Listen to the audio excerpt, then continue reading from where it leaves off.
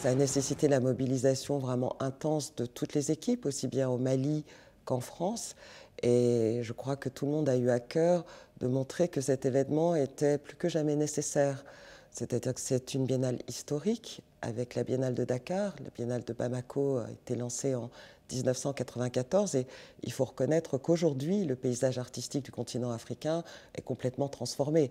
Je le dis souvent, il n'y a pas un mois sans l'ouverture d'une nouvelle manifestation, une foire, des espaces d'art, des musées. On l'a vu avec l'inauguration du plus grand musée d'art contemporain africain en septembre dernier à Cape Town. Ça signifie bien qu'il faut réfléchir à comment projeter ces biennales historiques qui ont été pionnières, qui ont lancé des générations d'artistes, comment continuer justement à garder cette avance et comment être différent, parce qu'il faut bien dire que tous ces autres événements sont aussi assez liés au marché.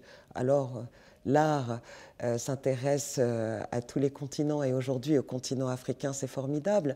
Mais je pense qu'il faut continuer à ce que ces biennales soient des lieux de rencontre, des lieux d'expérimentation et de rencontre de tous les professionnels autour des artistes. On sait bien que pour qu'il y ait diffusion, il faut qu'il y ait un écosystème favorable. Alors ça passe par des lieux indépendants, des lieux privés, des galeries, des centres d'art, mais on voit aussi éclore des collectionneurs, donc des collectionneurs qui alimentent en quelque sorte le circuit et arrivent aussi d'autres professionnels. L'art est fait de mouvements aussi et d'apports de l'extérieur, donc il faut que tout cela puisse circuler. La circulation est difficile, y compris et à commencer sur ce continent. Mais je suis très optimiste. Je vais prendre l'exemple de l'Afrique du Nord. Eh bien, on a vu se développer énormément de lieux dédiés à la photographie, une vraie énergie, des artistes extrêmement actifs qui sont aussi souvent des producteurs culturels et des commissaires d'exposition, des centres qui les ont accueillis. Et aujourd'hui, on peut dire, et on le voit à Bamako,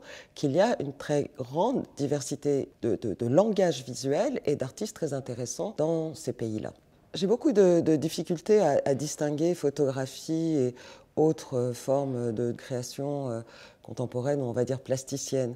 Je pense tout d'abord, aujourd'hui, les artistes s'emparent de tous les médiums. Ils le font souvent avec virtuosité et on le voit avec ces talents sur le continent africain. J'ai tenté aussi de montrer qu'aujourd'hui, on parle davantage d'images. Maintenant, je pense qu'on a un regard occidental qui s'intéresse toujours aux mêmes artistes et toujours aux mêmes pratiques.